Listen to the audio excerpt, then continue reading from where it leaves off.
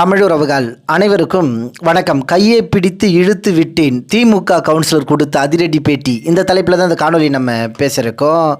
அதாவதுங்க, இந்தி எதிர்ப்பு உறுதிமொழி எடுக்கும்போது திமுக கவுன்சிலர் அங்கிருந்த ஒரு பெண்ணின் வளையலை திருட முயற்சி செய்தாருங்க. குறிப்பாக இந்த வீடியோ சமூக வலைதளத்தில் வைரலாக பரவி இருந்ததுங்க.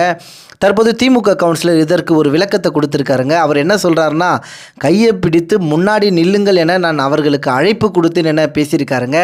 முதல்ல அவர் பேசுகிற அந்த காணொலியை நான் இணைச்சி விட்டுறேன், நீங்களே பாருங்கள்.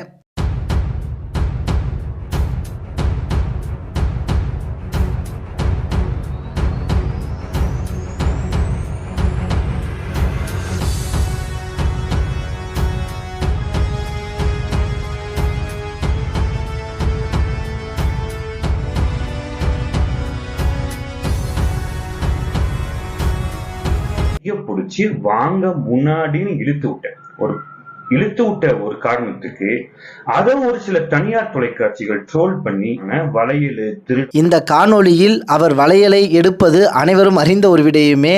அப்படி இருக்கும்போதே நான் வளையலை உருவவில்லை, மாறாக கையை பிடித்து அவர்களை முன்னாடி நிற்க சொன்னேன் என திமுக கவுன்சிலர் அந்தர் பல்ட்டி அடித்திருப்பதை நீங்க எப்படி பார்க்குறீங்கன்றத உங்களுடைய கருத்துக்களை தெரியப்படுத்துங்க. நன்றி, வணக்கம்.